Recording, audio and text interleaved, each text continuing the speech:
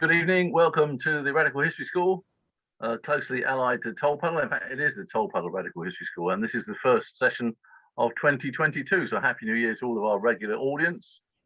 And we hope you enjoy this evening's session. I can see people arriving. It's jolly nice to see you. We're going to a different sort of format today where we're in a meeting format rather than the webinar format, so we can actually see people's faces. We will ask you to keep your microphones off. If you would like to ask a question, perhaps you could raise your hand or to put it in the chat at the bottom of the screen, and we will pick that up as we go along. And at the moment, we're just waiting for a couple of minutes for several people to arrive. Marigold Bentley's just coming. Hello, Keith, how are you? You all right?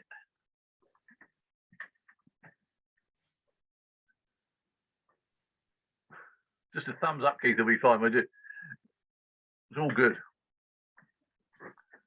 We've got another two people waiting to come in.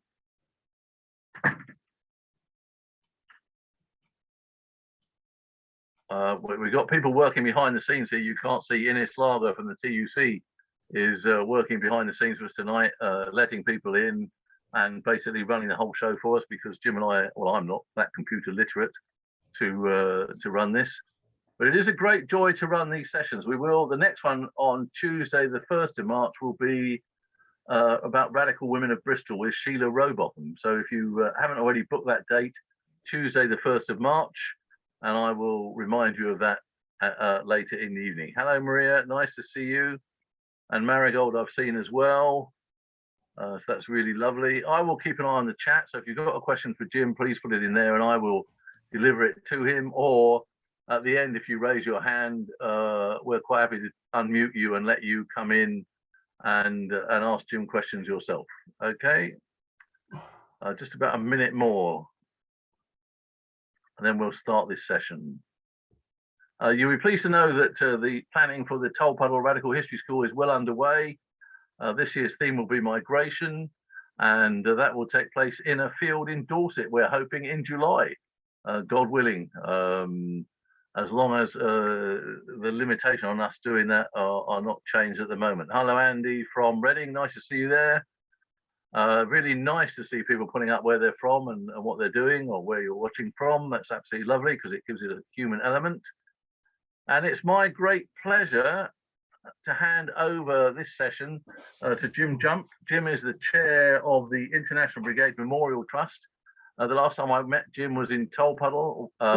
He gave a great talk to the Radical History School there that year when he was the secretary of the International Brigade Memorial Trust, and now he's the chair. And it's a great pleasure to have you back, Jim. Oh, thank you, Les. It's a real delight to be here, and thank you for inviting me, and thank you everyone for coming along, so to speak. But anyway, the Toll Puddle Radical History School. Sadly, we're not in that lovely field in Toll Puddle, but we'll start there. Start tonight's talk and discussion at the in the Toll Puddle Martyrs Museum. Where is it? There it is. And if you go in there, as you should, or no doubt some of you have already been in there, there's this plaque which lists 9 names of International Brigade volunteers from Bristol and the southwest, as they say, who died in Spain fighting in defense of liberty, as the plaque put it. I mean, that's a bit vague. I'll explain more later, but the war in Spain, the Spanish Civil War, was essentially a war fought between, on one side, the Spanish Republic, which had an elected, had a left-wing government at the time, but it was a constitutional democracy, and on the other, a fascist-backed army revolt, aided and abetted by Nazi Germany and fascist Italy. Now, this plaque was unveiled in Bristol in July 1986, the 50th anniversary of the start of the war in Spain. In other words, what it says it there, 1936, 1939, the war ran from. In fact, it lists 9 names, as I said, and these were obviously the names that were available to the people who organised the plaque back in the 80s. But in fact, many more than that 9 people died. We know now that our records are now getting more and more complete. Archives have been opened up since in the last few decades, so we have a much more complete picture, although there's still plenty of gaps of who went to Spain. I mean, the plaque, I don't know the exact sequence of events, but the plaque went to the museum in Tolpuddle when TAS, AUEW merged to form MSF, which later became Amicus and now Unite, and the office in Redlands was shut somewhere along that process, closed down, and the people had the foresight to give it to the museum. And just before I move on, I do think the museum is a splendid site for the plaque. The museum honours those farm labourers who took a stand for freedom, and equally the men and women who fought in Spain have, I think, a place in that pantheon of those from our radical past who continue to inspire everyone in the labour movement by their example, which in this case was anti-fascism and international solidarity. So I want to make a few general points about the war and about the International Brigades before I move on to look at the volunteers who came from the Southwest. Here are the key statistics. 2,500 volunteers from the British Isles, from Britain and Ireland, and 526 of them died in Spain. It was a very high casualty rate, and as many, if not more, were badly, in some cases, very seriously injured. So this was no gap year jaunt. This was very serious business, and people who certainly after the beginning of the war, people who went to Spain knew the dangers involved. So it does beg the question, crumbs, what made people be prepared to die for a cause in a foreign country? Now, notice there's a few things you can say about this. This is a propaganda poster produced by the Republican government during the war. And you'll see, in fact, it was on the poster, the plaque at the Bristol, the former Bristol plaque in the museum in Tolpuddle, that 3-pointed red star, which was the emblem of the International Brigades, and does say something. It's supposed to represent, a bit crude by our sensitivities these days, the 3 races of humanity. In other words, African, Asian, and European. And it was, underline the fact that it was a very progressive army in that sense. It was a fully integrated army of people from around the world. In fact, they've calculated now that there were volunteers from 3/4 of all the sovereign nations at the time. So just to illustrate that particular point, let's I'm going to show you another picture of,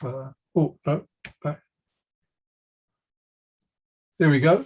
This the man in the Homburg hat in the front is Clem Attlee, who was at the time the leader of the Labour Party when he visited the 15th Brigade in 15th International Brigade in Spain. And here he is talking to 2 American volunteers from the Lincoln Battalion. And it's noteworthy that the Lincoln Battalion was the first unit of soldiers, American soldiers, which was fully integrated. In the Second World War, the US Army was still segregated. It had different black and white units, although black units were often commanded by white officers. The International Brigades, in fact, was the first fighting unit of American soldiers that had a black commander, somebody called Oliver Law, who was sadly killed at the Battle of Brunete in the summer of 1937. Now, the Lincolns were, along with the British battalion and a Canadian battalion called the Mackenzie Papineau Battalion, were all part of the now legendary 15th Brigade. And they were there were several brigades comprising these 35,000 volunteers from around the world. The international brigades were important for two reasons, really. One is they were used as shock troops by the Republic because these were often hardened anti-fascists. Many were veterans of the First World War, and of course they were very committed to the cause. So they were continually at the front line. The casualty rate was high, and they served an important front line, spearheaded the Republican Army's efforts in the war. They also had a second very important contribution to make, which was a symbolic one, to show that and again, I'll explain a bit more about this in a minute, that the Spanish Republic was not alone, wasn't isolated internationally, that these people came to help while the Republic was attacked by Germany and Italy, and other countries effectively looked on. So what were they fighting for, the International Brigades? This is the Spanish Republic, personification of it, founded in 1931, a wave of optimism. And you'll see in this depiction, liberty, equality, fraternity, the now famous flag, the tricolour of the Spanish Republic, red, yellow and purple, which is still used to this day. It's, if you go to any demonstration in Spain, you'll see it. And if you go camping in Tolpuddle every year, the campsite, people fly flags of various liberation struggles and the rest, and you'll see regularly the flag of the Spanish Republic. Still got great potency as a symbol. So the Spanish Republic was, as you can see from this depiction, was a modernizing project, very much so. It was about, it built thousands of new schools. It took control of education away from the Catholic Church. It gave the vote and new legal rights to women. Gave new workplace rights. Was beginning a modest program of land reform, and it devolved power to the historic nations of Catalonia and the Basque Country. And of course, against this is we're talking about the 1930s. So against the background of the rise of fascism and the economic gloom that followed the Wall Street crash in 1929, the Spanish Republic was almost uniquely a beacon of hope for many people around the world. And that's why I put in this lovely quote from a poem by a British International Brigadier, David Marshall, Madrid, the magnet that drew us all along slow roads to Spain, at last a star for desperate men sensing the gathering storm. So all this that the Republic did was, of course, anathema to Spain's traditional centers of power, the army, the church, the big landowners, and especially after the election of a popular front coalition of left and centre-left parties in the general election of February 1936. Now, the trouble is with the Republic, a beacon that it may have been, it was also, and it was what we would today call a liberal democracy. It was a very fledgling, young, vulnerable democracy, and essentially unstable for a number of reasons. It was founded after decades of dictatorship and political corruption, and it had many enemies, particularly on the right, but even on the left. I mean, the anarchist movement, for example, which was very strong in Spain, viewed all central governments with varying degrees of suspicion or even hostility. So the Republic was always on thin ice in a sense. Who were the International Brigades fighting against? Well, this man came to lead the army revolt of the generals in July 1936, Francisco Franco.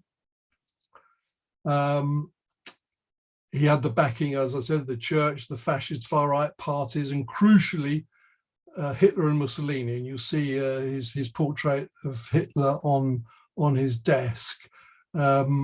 And he very much Franco very much modeled himself on their kind of example. He was became known as El Caudillo, which doesn't translate exactly, sort of means chancellor, but it's more similar to, Il Duce or Der Führer. So Mussolini shipped about 80,000 troops to Spain, and Hitler sent his 18,000 strong airborne Condor Legion, crack troops. They sent their best troops and best armaments to Spain. The international brigades were obviously formed in response to the help that Franco was receiving from the dictators, and also just as crucially by the arms embargo that the Republic had been imposed on the Republic by Britain and France. This was called non-intervention, and it was in fact very highly interventionist, because it tipped the balance of advantage towards the fascist rebels, because the Republic, it was devoid of an army, and it just needed to form an army, buy arms to defend itself, and that was cut off by Britain and France, with Britain taking the lead, in fact. And there's a whole other story there of the motivations, but I think it's become clear to historians in recent years that this was a deliberate policy and a part of the wider policy of appeasement. I mean, the Soviet Union was another key player in the Spanish Civil War, and at first it supported non-intervention, but it was when Stalin saw that it was a sham, and that Hitler and Mussolini were ignoring it, that he began selling arms to the Republic, and indeed he sent some airmen, some pilots, and some military advisors, though nothing like on the scale that Hitler and Mussolini did. More crucially, perhaps, Stalin ordered the Comintern, the Communist International, in other words, the federation of all communist parties around the world, to facilitate the setting up of the international brigades. And although volunteers had already arrived in Spain to fight in the militias and other units that were resisting the uprising, military uprising, the organization and support of the Comintern and national communist parties was crucial in building up the international brigades to the extent that it did, and this body of 35,000 men. So in the case of the British volunteers, about 3/4 of them were members of the Communist Party, or the YCL, its youth wing, although many in fact did join just so they could go to Spain. So many were primarily anti-fascists, and knew that if you wanted to go to Spain, the easiest way was to contact your local Communist Party branch, and they'd put you in touch with the sort of underground railroad that would get you to the Spanish border, because of course it was an unlawful, illegal act they were committing by doing that. And we haven't got a time for a military history of the war, but I think I've described, you can get a picture of why the Republic lost. It lost because of essentially that inbuilt military disadvantage it had from the outset. The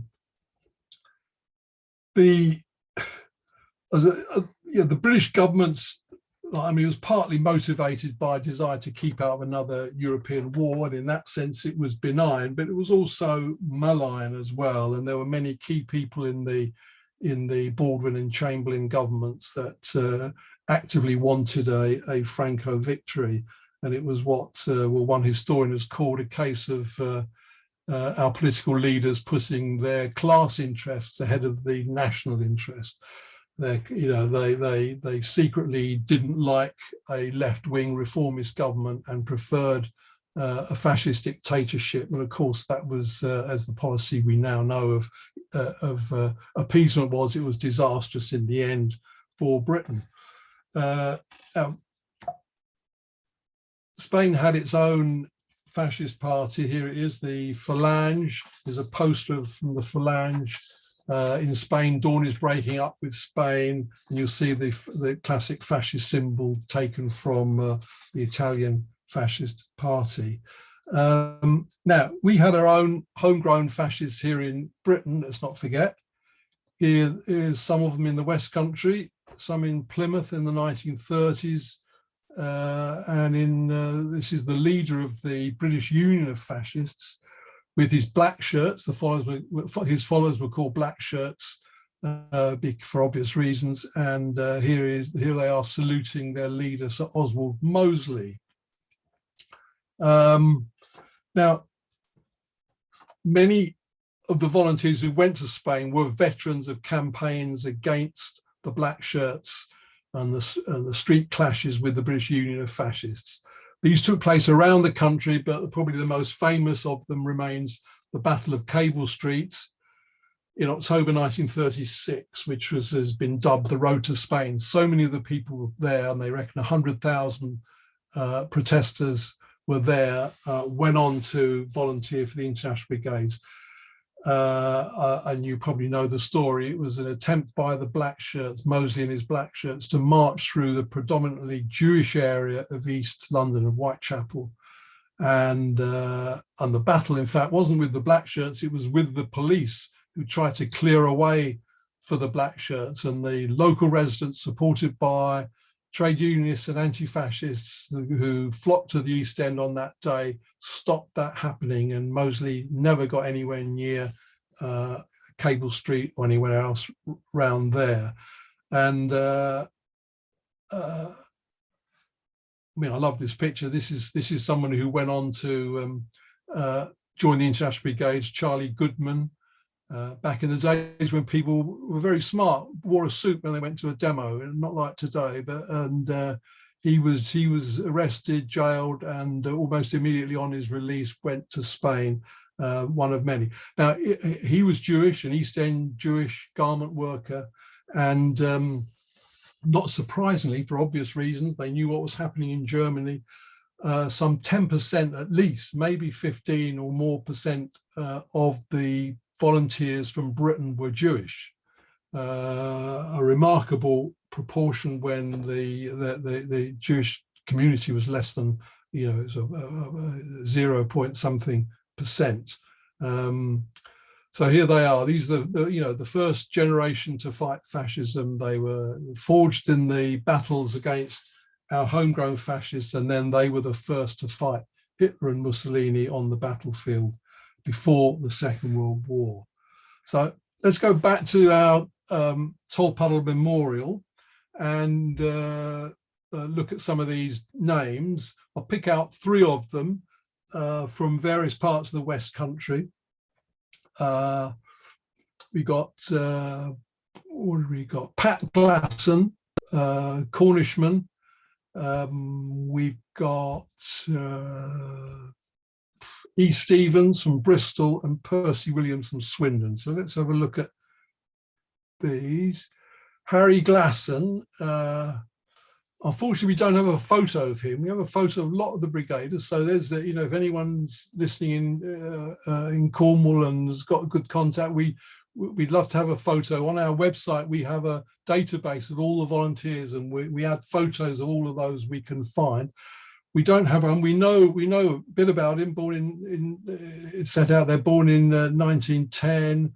He had a succession of professions. Been in the British Army, blacksmith, and was sadly killed, as that plaque indicates, at the Battle of Brunete in 1937.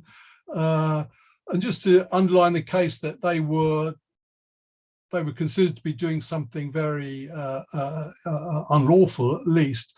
These are records from the Special Branch, which are now held at the National Archives in Kew, West London, and it shows, you see Patrick Glasson there, and Patrick Glasson, there's two entries for him. So they tracked him when he went to Spain. So he set off on the 29th of December, or he arrived in Paris on the 29th of December, and then he's recorded as being killed. And they write in his hometown of Redruth in this other entry. Now, we do know when he was in Paris, he wrote to his uncle Reuben. He spent a bit of time in Paris, because he arrived in December, there he was still in April. But there's a nice quote in here. He's saying, I'm going into the army, but not the British army. It is the Spanish. I'm fighting for the workers. And then he sent a postcard to his auntie, Beatty or Betty, that's how it was spelt. And it was the reverse side of a postcard showing women and children in a bombed out house. And he says, this is what I'm fighting for, these workers, these planes bombing these poor women and children. So it would have been something like this. So here's another propaganda poster produced by the Republican government. These images were deeply shocking at the time. I mean, I think people got a bit inured to them in the Second World War, but the Spanish Civil War was the first war in modern, European times where civilians were deliberately targeted. In the First World War, most of the casualties were soldiers, and it was basically fought out between enemy armies. But the Spanish Civil War, the tactic of the Franco rebels and Hitler and Mussolini, they bombed cities. They bombed the great cities of Madrid, Barcelona, Valencia, Bilbao, and produced these shocking images. Which actually, the slogan at the back, some of you may recall that if you tolerate this, your children will be next, was a hit song for the Manic Street Preachers in 1999.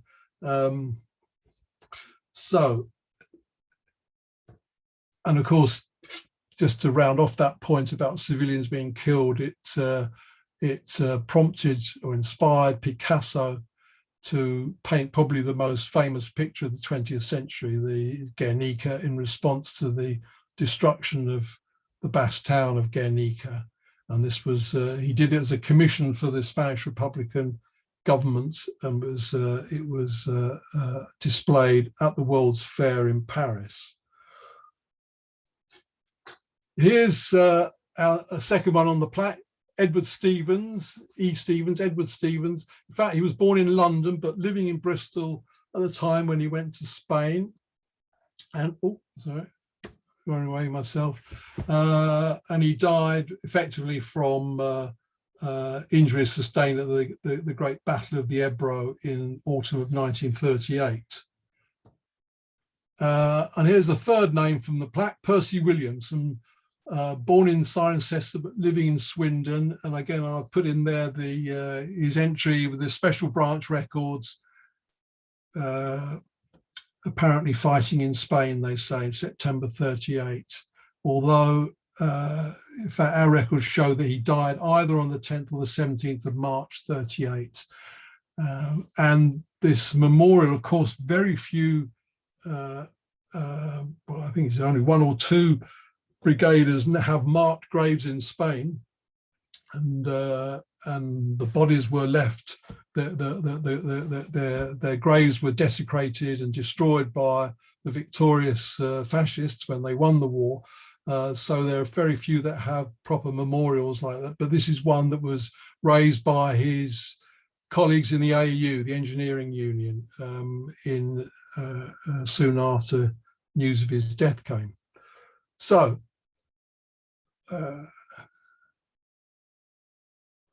some other people who died, you'll see some of the list on the right are names on the Bristol plaque, but I think this is, you see here some a Bournemouth teacher, a pilot from Christchurch, just showing there was the contribution to the International Brigades was across the board. I mean, there were pilots who went as well.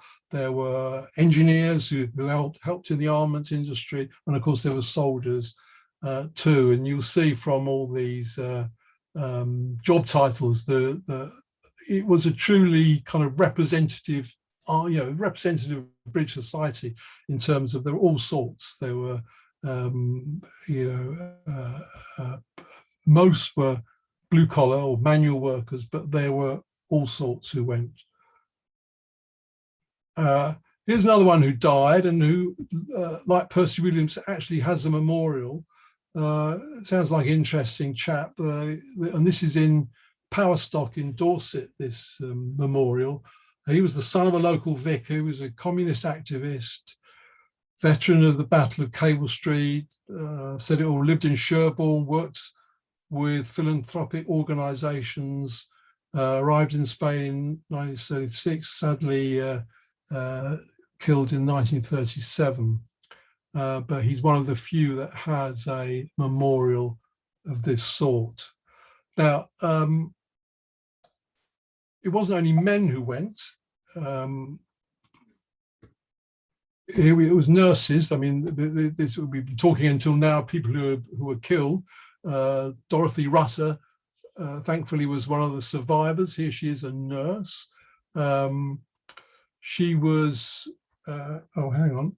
Here are the details. Yeah, she was born in Leeds, but was working in Paynton and made the West Country her home for the most part. Served for a long time in Spain, married an International Brigade and settled in Torquay and Bournemouth after stints in Down Under.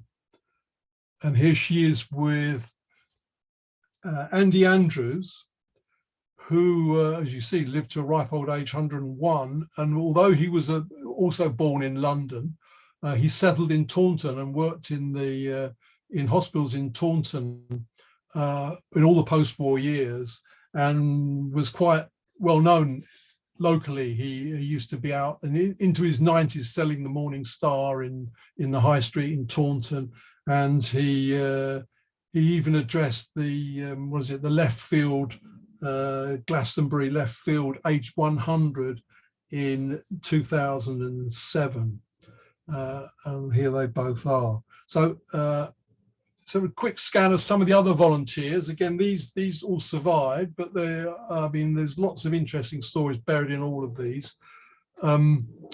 Nathan Clark, Clark Shoes. Obviously, the Clark Shoes was run initially one of these Quaker businesses, one of many that were formed in the 19th century. And Nathan Clark, one of the Clark family, went out to Spain, was an ambulance driver. Now, it's said that it was his experience in Spain where all the soldiers tended to wear alpargatas, espadrilles, a sort of Spanish version of the espadrilles with rope soled with a bit of rubber in, and that inspired him to create the desert boot. Nathan Clark invented or came up with the desert boot in the late 40s when he returned to England. And again, you'll see the range of occupations here, from journalist to shopkeeper to policeman even. And here's some more. Again, chef, novelist, commercial traveller, writer, seaman. And it's worth noting that the seaman here was served in the Republican Navy, again, showing the extent to which the Republican war effort depended on a lot of outside experience and expertise. And of course, the standout person here is Laurence Lee, well-known novelist, and who served briefly in the British Battalion. In fact, he was medicalized out of it because he was diagnosed as having epilepsy, but he joined the International Brigade and remained proud of it, and wrote a semi-fictional, semi-autobiographical account of it, A Moment of War, late in life. And here's an interesting chap, Archie Buttonshaw. They're both pictures of him. He was a poster artist from Plymouth, member of the Independent Labour Party, which again is another whole area of interest for people interested in the Spanish Civil War, because the ILP volunteers, and they were very, very few in number. There was about 40 of them from Britain, but among them was George Orwell. And they fought with the revolutionary POUM militias in Aragon, and then they were involved in the notorious street fighting in Barcelona in May 1937, of which we can say a lot, but suffice to say that here's one of their number. We don't know much about him. We know he settled in Australia and died there. But there's two pictures of him. One on the left is in the French Foreign Legion. Apparently, when he left Spain, he settled in France briefly, and then I think the story goes that when the Germans invaded, his only way out was to join the Foreign Legion, so to speak. So he joined the Foreign Legion and then deserted and made his way wherever, presumably back to Britain, and then he went to Australia. And then he looks like he became a kind of a late onset hippie from this. But what's interesting is, you can't see it very clearly here, but the badge on his lapel there says FAI, which is the Federation of Iberian Anarchists. So he's still, late in life was obviously proud of his affiliation to that movement. Another memorial in the West Country, but not to a West Countryman, but to Christopher Caldwell, who, 80 years ago would have been a household name to, if you like, people like us. You can see there the praise from E.P. Thompson, the great historian of the English working class, making the point that Caldwell, who was he was a man of many, many talents, but in terms of being a Marxist philosopher, he was probably the first to extend Marxism beyond the realms of just pure economics into the areas of, if you like, culture and such like. And he wrote a groundbreaking book, Illusion and Reality, a study of the sources of poetry. And he wrote it while he was staying at the Atlantic Inn in Porthleven in Cornwall. And to the great credit of I don't know if it's the current owners, but of some owners, there's a plaque on the side. You can just see the plaque. It looks like it's been painted over, but it's still legible, to Christopher Caldwell, who was also a best-selling novelist, of a kind of whodunit novelist, using his real name of Christopher St. John's Sprigg. And then he used for his, if you like, his in Spain, he used Christopher Caldwell, and for his Marxist writings, Christopher Caldwell, very significant figure in British radical thought, and sadly died at the Great Battle of Jarama outside Madrid in February 1937. There's still the Bristol plaque that we saw in the Tolpuddle Museum has been effectively replaced. There's another plaque in Bristol, in this one in the Castle Park. It gives the names of 4 volunteers who, again, we've seen those names on the Tolpuddle plaque, from Bristol, who were killed in Spain. And it's a lovely plaque, and you see again those colours of red, yellow and purple of the Spanish Republic's flag. And you also note that this plaque was unveiled by Jack Jones, the General Secretary of the Transport and General Workers Union, a legendary figure in many ways, went on to become the president of the pensioners, what they call Federation, Association or whatever, and was an international brigader, fought at the Battle of the Ebro and was wounded there, and was an inspiration to many people as a trade unionist and as an anti-fascist and as a campaigner for pensioners and everything else. So that's the international brigades, but it's worth saying, and time's running out, that the Spanish Civil War had a huge impact on Britain and British society. The 2,500 volunteers went to Spain, if you like, with the tip of the iceberg. There was a whole Aid Spain movement, people collecting money, campaigning, looking after refugees, sending medicine and food to Spain. And one of the most interesting examples was the arrival of these Basque children, extraordinary sight. A ship carrying 4,000 children arrived in Southampton, the SS Habana, in May 1937, escaping the bombs that landed on Bilbao and Guernica. It remains to this day the largest single influx of refugees into the country in a single day. And they were dispersed, they arrived, and the government only reluctantly let them in. At first it argued that if they let them in, they were helping the Republican war effort because there'd be fewer mouths to feed. Extraordinary argument.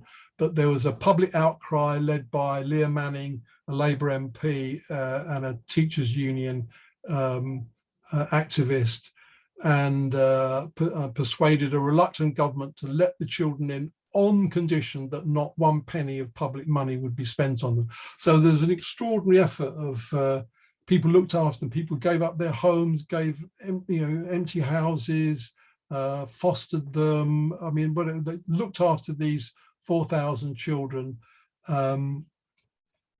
taught them, education was laid on for them and all the rest. So as I said here, you can see there were homes for these bashed children. They were sent round to homes what usually they might just be 10, 20, 30 children at a time. And there were certainly some in the West Country, in Bristol, Helston, Honiton, Plymouth and Street in Somerset.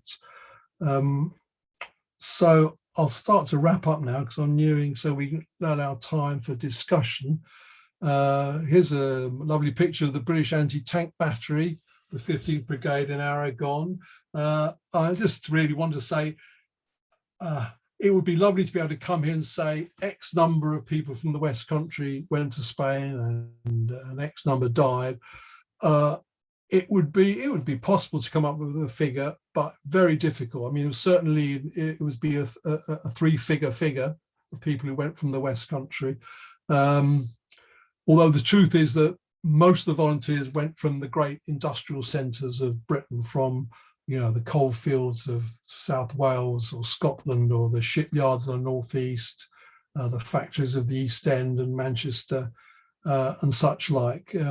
So if you look at the West Country, just in preparing this talk, I've been struck by how they were quite a disparate group, and they obviously sort of went individually. They weren't grounded in certain industries or even in factories. I mean, like the Fife coalfield, I was looking at them the other day, sent about 50 men to Spain. So there were obviously it was a communal effort to send people there. There's nothing comparable like that in the West Country. And also there's an inherent problem with counting, in that, do you count people who are born somewhere as from somewhere, or do you count people who are living and working somewhere? So there, in this whole area, there's quite a bit of double counting. And just as an example, personal example, my father, who fought in Spain, his name appears on, and he survived and had me obviously, but his name appears on 2 plaques, one in Liverpool, where he was from originally, where he was born, and then one in Worthing in Sussex, where he was living and working at the time when he volunteered to go to Spain. So was he a Merseysider? Was he a Sussex man? Well, he was both. So just to say, there are national memorials and major memorials to the volunteers certainly in all the cities of the British Isles. One on the left is the one in London in Jubilee Gardens, well worth a visit, and a brilliant piece of public art unveiled by Michael Foot in 1985. And it's if you find the London Eye, it's just under the London Eye. And we have an annual commemoration there every year with guest speakers and so forth. And here, by contrast, well, I mean, it's not always like this. There's this is one in Madrid, in the University City in Madrid, which was the scene of a lot of fighting, and a lot of international brigades were killed defending Madrid, successfully defending Madrid. But you'll see, just by illustration, that the Spanish Civil War is still unfinished business in Spain, and this memorial is regularly defaced. And this is the university rectory behind, and to their great credit, actually, they always arrange to clean it. And you'll see the 3-pointed star again. And for those who don't know Spanish, there's rojos no reds. So there you go. And they've crossed out a quotation from La Pasionaria there. So it's very much a live issue still in Spain, which again is another huge topic. So bang on time. I'll conclude my talk now. Do support, as I said, I'm from the International Brigade Memorial Trust. Do support us if you can. This is our banner, which is a replica of an original banner brought back from Spain by the British Battalion. And the original hangs in the Marts Memorial Library in London, well worth a visit, along with another banner they brought back from Spain. Go to our website, plenty more information about the volunteers, about what we do. We're a very active organisation, and I'll in a minute, I'll while we're doing the chat and so forth, I might paste some a reading list, if you like, as well. So thanks very much for listening. Hope you're all still out there, haven't drifted off, and I'll be happy to take any questions or any comments. Most people have got something to say about the Spanish Civil War, so thanks. If you've got a question, please put it into the if you've got a question, please put it into the chat. That'd be great, or raise your hand so we can see where you are. I'm now come back to a bigger screen so I can see lots of faces now. So it's really great to see you all here tonight. Jim, you've given us a really, really interesting talk, and I thank you for it. And I thank you very much for concentrating on the West Country with all the problems that that's presented to you, what with double counting and where people live and all the rest of it. You answered the first question I had in a way. I just wondered how many people were from the West Country. And of course, Laurie Lee is one of probably the most famous ones, but wasn't there some doubt cast on Laurie Lee's when I walked out one summer's morning? Am I right? Or you're right. There was a controversy about Laurie Lee, and some of the veterans of the war, the International Brigade Association, which was the veterans group, actually said, no, he wasn't, he's lying, he's making it up. And the truth was halfway in between. In fact, he did join up, to his great credit, but he was epileptic, and he only lasted, I think it was 6 weeks, and he was sent back. And but we now know, I mean, just to as historians, we should be interested in this. What happened with the breakup of the Soviet Union in whenever it was, 1989, 1990. A lot of the archives that were kept there, including the Communist International Archives, were opened up, and the Communist International Archives had all the records, individual records of the volunteers in Spain. And that's why I said about the people who'd put the original Bristol plaque up, didn't know the full extent of, didn't have enough information. We now know a lot more because all those records are now online on the Russian Foreign Ministry archive, historical archive section. So we know conclusively Laurie Lee went to Spain, signed up, and was a member of the International Brigades, and we're very proud of that. Yeah, good. But also, it's good, can I just as a sort of PS to that, there were 2 other famous writers from the West, not as kind of West Country as Laurie Lee, who was born and bred in the Forest of Dean, obviously, but 2 famous women writers, poets, journalists, Valentine Ackland and Sylvia Townsend Warner, who were living in Dorset, went to Spain and were very involved in the Aid Spain movement. And I understand from Les that you've got a talk coming up about Valentine. Yeah, Tuesday the 3rd of May. Book it in your diaries. Tuesday the 3rd of May, 7 p.m. A lady who's written a book, Frances Bingham, who's written a biography of those 2 characters, will be coming to talk to us about their lives. Stan Milo wants to know, Jim, why was Spain allowed to remain under fascist rule after the war? Well,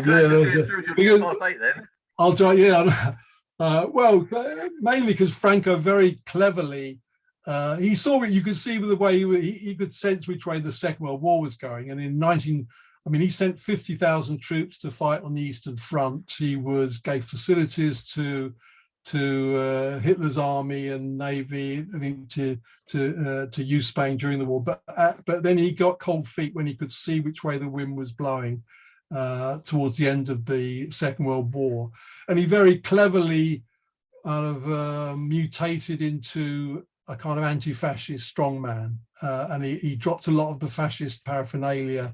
The jackboots and the fascist saluting and all that, and became, he was still brutal, vicious, and he died in 1975, and the Spanish state was still executing and torturing until the end, actually. So I'm not saying he just very cleverly disguised the fact that he was a fascist. And of course, the Americans are essentially to blame for this, isn't it? Because he had a rapprochement with Eisenhower in, I think, 1952. The Americans agreed to install bases in Spain. Spain was never allowed to join NATO. He was always kept at arm's length because he was, people knew what sort of person he was and what sort of regime he was running. but he was a useful ally in the Cold War. And so the Cold War was very useful for him in that sense. That's why he survived. Mike Butler wants to give us a correction. Laurie Lee came from Stroud and not the Forest of Dean. So there you are. That's the correction, Mike. We apologise. Okay. Mike Sheafs asks, how much do we know of those who had no obvious political involvement? I've done some research into Alex Hall in Plymouth, who seems to fall into this category. Well, as a group, they're not a coherent group. It's true there were some, I mean, they were depicted at the time by the, if you like, the Fleet Street and, you know, what we call now the right-wing media. They were depicted, oh, they're a bunch of adventurers and drunks and runaways and all the rest of it. There were some, but they were a very, very small minority. And most, the people who went to Spain were a kind of self-selected elite. These are people who, you know, they didn't just wake up one morning and say, oh, I think I'll go to Spain. These were people who were they were the first truly literate generation after the great education reforms, the early part of the century. So these people are self-taught. They you know, read books from their miners' institutes. They'd been to WA classes. They were an elite group. They were hardened anti-fascists, lots of them. Most were, they were an exceptional group. I mean, I mentioned Jack Jones. Jack Jones, you know, I used to speak to him late in life, and he always used to say that the Labour movement lost so many good people in Spain, people who would have made an incredible contribution. A lot of those 500 names, you know, were people that we sadly missed in those post-war years. So the ones without a political affiliation, I don't think anyone's done a particular study of them. There were some people who were running away from, you know, from the police or whatever, but there were very few. You'd have to, I mean, there's a key book by the historian called Richard Baxell has done the best book on the International Brigades from Britain, and he would, at least in passing, refer to people like that. Yeah, there's a slight paradox in your talk. You refer to Britain and France opting for non-intervention and making it an unlawful act to go to Spain. And then suddenly there's a picture of Attlee there with a couple of American officers, it appears to be. How did Attlee manage to get away with that in 1937? Well, he didn't volunteer to fight, although to his great credit, he supported that. Well, they weren't stopping people going to Spain, but they never prosecuted anyone. What they did is they threatened to prosecute under an obscure 19th century piece of legislation, I think called the Foreign Enlistment Act, which was designed to prevent people enlisting with armies that would fight against Britain. And it was threatened, but never used. And having said that, in France, there's plenty of cases of people Britons who made it to France, were traveling through France on the way to Spain. They'd be picked up by the French police and deported back to Britain.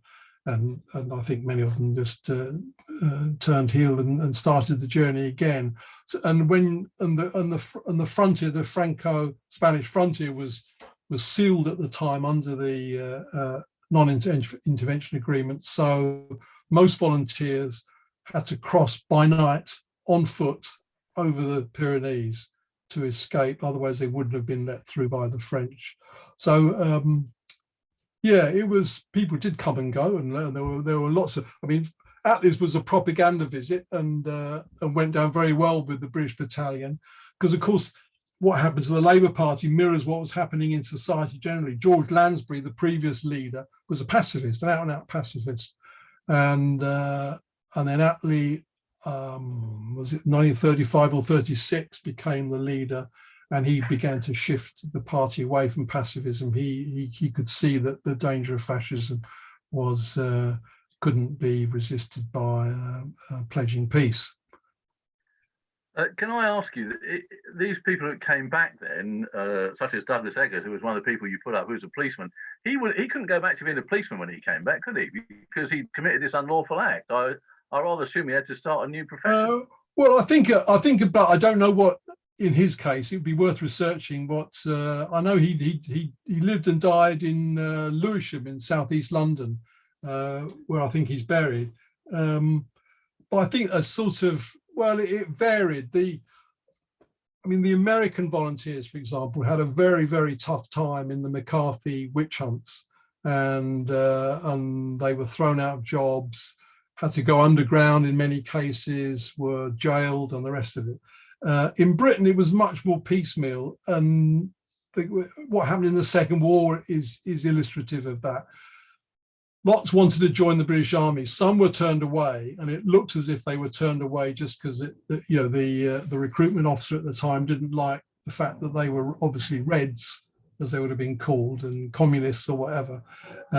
Others were enlisted and had very distinguished military service in the Second War. So it's very peaceful. Equally, after the war, there were cases that we suspect of blacklisting. People, engineers and such like, who'd been to Spain, came back and then found that, so much of the engineering industry is defense related. They couldn't get jobs. They were under suspicion. My father actually always says that he became a teacher and then a lecturer, and he always said that he was passed over. And that in one school, the headmaster, when he left, said, this is in Kent, that told him in confidence, but that he'd been told to keep an eye on him by the Kent educational authorities to make sure he wasn't teaching the kids things out of turn. So I think they were kept an eye on, and there are special branch files on most of the volunteers who returned to Britain. Michael Butler's made a second point, Jim. 2 future prime ministers were at the station in London to welcome back brigade members. One was Attlee, the other, surprisingly, was Edward Heath. Oh yeah, I've heard about Attlee was certainly there, and there's some lovely newsreel footage of Attlee addressing the volunteers when they arrived back at Victoria Station in December 38.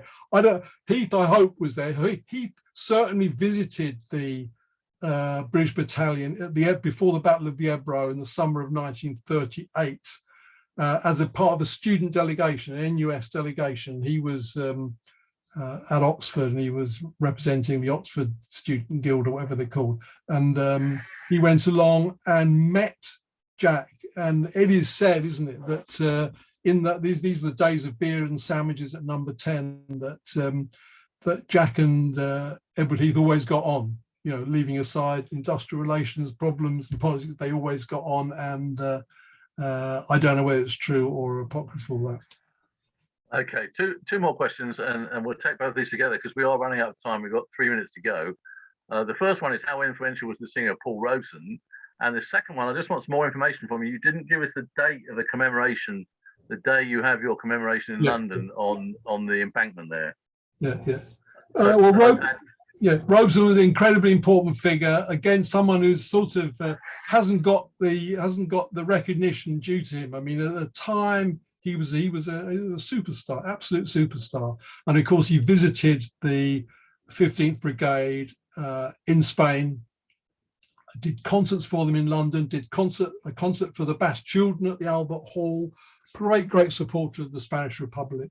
And it's a story that still hasn't been told properly, sadly. And I did hear a rumor the other day, or talks, people saying that there's at least one film director who's sniffing around, wants to do a film about Paul Robeson. It should be done. Extraordinary man, incredible life, and of course puts a lie to that idea that the civil rights movement only began in the 1960s. It had been going on for decades before by people like Paul Robeson and others.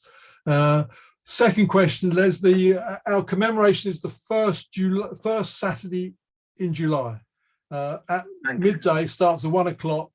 We always have brilliant speakers. Maxine Peake.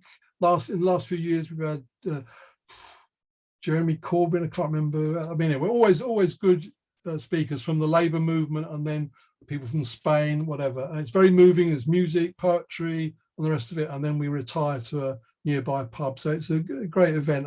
Lots of young Spaniards living, working, studying in London come along. It's a great event. Thank you, Jim. Are you still working on putting plaques up on several houses around as well, once you can find out where these men came from?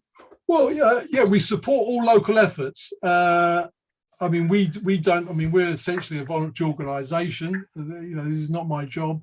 So we depend on local groups, really, on local members, local groups to say, hey, so-and-so lived there, or we had three people from this town died in Spain, they should be remembered. And that, a lot of that still goes on. It's amazing how, I mean, the potency of the example the International Brigade has left is still very strong. I mean, it surprises me even, and I'm strongly imbued with it. But I think the story is it's so complex, so romantic, so tragic. I mean, it's got all the elements, isn't it? To kind of make you want to know more, to make you, to put things right even, I mean, I know at least one historian who says, I've spent my entire working life trying to make good the defeat of the Spanish Republic. I mean, it's like that. Once you get involved in it, you're hooked. Thank you very much, Jim. Jim, you've just given us a brilliant talk. You've given us some brilliant answers. I hope all of you enjoyed it. Thank you very much. Ken, I know you were here in memory of your colleague, Archie Andrews, was it? Andy Andrews. I apologise. Yeah. I did see that earlier. Innes has put up in the chat the links you need to register for the talk on Sheila Robeson, which is the next one up on the 1st of March. And the Sylvia Townsend Walker and Valentine Acton one will be on Tuesday, the 3rd of May. Jim, it's been fantastic. I mean, you just raised you've made so many questions in my mind. I'd love to have you back, and we'll talk about some other aspects of the Spanish Civil War. I'm sure we can manage that. Okay. I hope everyone here has enjoyed it, and I look forward to seeing you either of these history sessions on the first Tuesday of every month, or actually in a Dorset field at Tulpuddle in July. We just keep our fingers crossed. So thank you to everyone, and good night. Thank you. Hope you have a great evening. Thank you. Thank you. Bye-bye.